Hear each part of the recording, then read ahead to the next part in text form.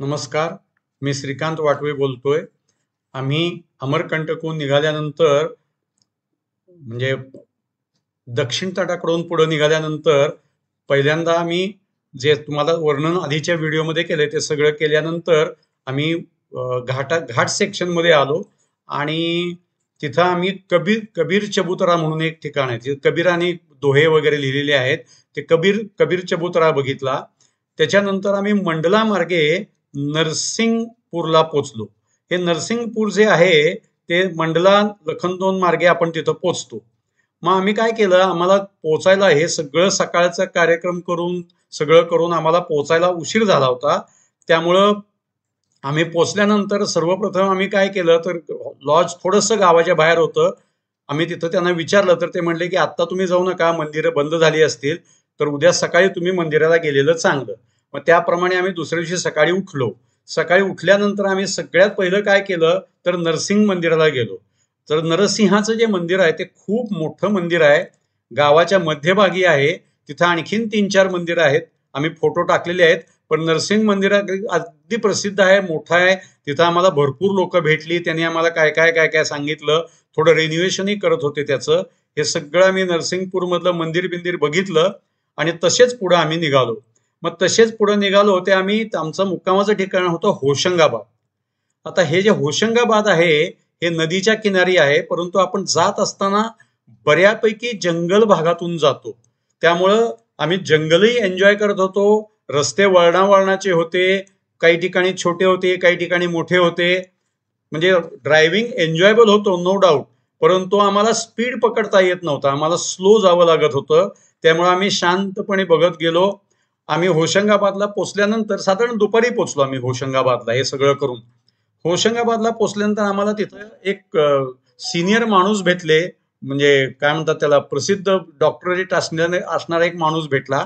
तर त्यांनी आम्हाला सांगितलं की तुम्ही आता या संध्याकाळी इथली जी मंदिरं वगैरे सगळं आहे ते आपण बघूया. मग ते आम्हाला बर्मन घाटावर घेऊन गेले. मग बर्मन घाट, सॉरी, हे सेठानी घाटावर घेऊन गेले. बर्मन घाट लांब राहिला, सेठानी घाटावर घेऊन गेले. हा सेठानी घाट हा अतिशय मोठा घाट आहे. किती मोठा आहे तर त्या घाटावर जवळजवळ 12 ते 18 मंदिर आहे. म्हणजे त्याच्यामध्ये शंकराचं मंदिर आहे, गणपतीचं मंदिर आहे, भैरवाचं मंदिर आहे, नर्मदेचं मंदिर आहे. त्याच्यानंतर त्या घाटावर काही काही ठिकाणी असे मोठे कोनाडे केलेले आहेत. त्या कोनाड्याच्या आतमध्ये तुम्हाला जाऊन बसता येतं. त्याचे आम्ही काही फोटो टाकलेत. त्यामुळे कोनाड्यामध्ये आत जाऊन बसता येतं. कोनाड्यामध्ये बसल्यानंतर तुम्हाला त्या पद्धतीमध्ये म्हणजे लक्झरियस वाटतं. मग त्या दिवशी संध्याकाळी त्याने आम्हाला रिक्वेस्ट केली की नर्मदेची हितली जर आरती वेगळी असती तर कृपा करून आरती बघा म्हणले ते आणि अटेंड करा. म्हणलं आम्ही 100% आरती अटेंड करतो. पण म्हणलं आम्हाला आणखीन एक विचारायचं की आम्हाला जर का दीपदान करायचं असेल, नर्मदेत दिवे सोडायचे असतील तर सोडता येतील का? तर ते म्हणले अवश्य घेऊन या, मी तुम्हाला मदत करतो. मग आम्ही परत लॉजवर एक जण आमच्यापैकी गेला, आम्ही ते सगळं घेऊन आलो. आणि घेऊन आल्यानंतर मग आम्ही दीपदान केलं. त्याचेही काही फोटो आहेत.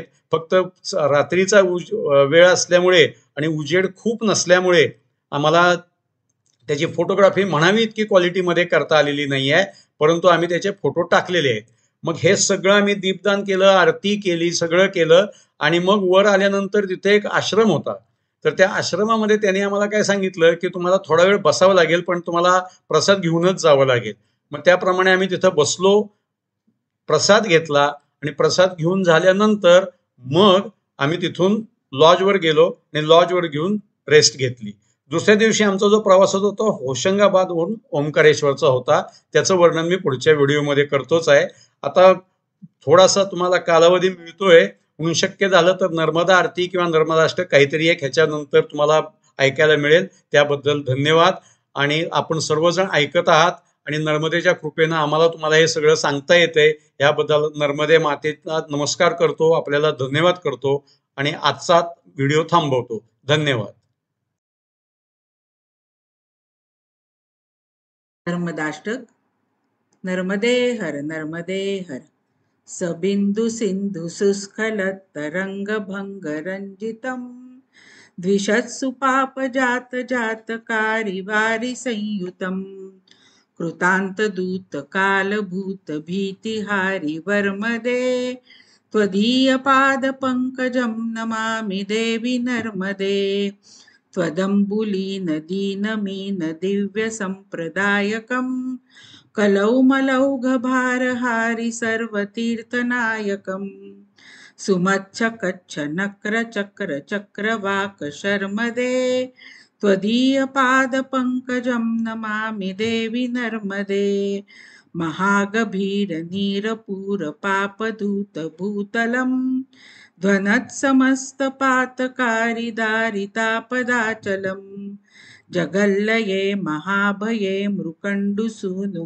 हर्म्यदे त्वदीयपादपङ्कजं नमामि देवि नर्मदे गतं तदैव मे भयं त्वदम्बुवीक्षितं यदा मृकुण्डुसूनुशौनकासुरारि सेवि सर्वदा पुनर्भवाब्धिजन्मजं भवाब्धिदुःखवर्मदे त्वदीयपादपङ्कजं नमामि देवि नर्मदे अलक्षलक्षकिन्नरा मरासुरादिपूजितं सुलक्षनीरतीरधीरपक्षिलक्षपूजितं वसिष्ठशिष्टपिप्पलादिकर्दमादिशर्मदे त्वदीयपादपङ्कजं नमामि देवि नर्मदे सनत्कुमारनाचिकेतकश्यपात्रिषट्पदैः धृतं स्वकीयमानसेषु नारदादिषट्पदैः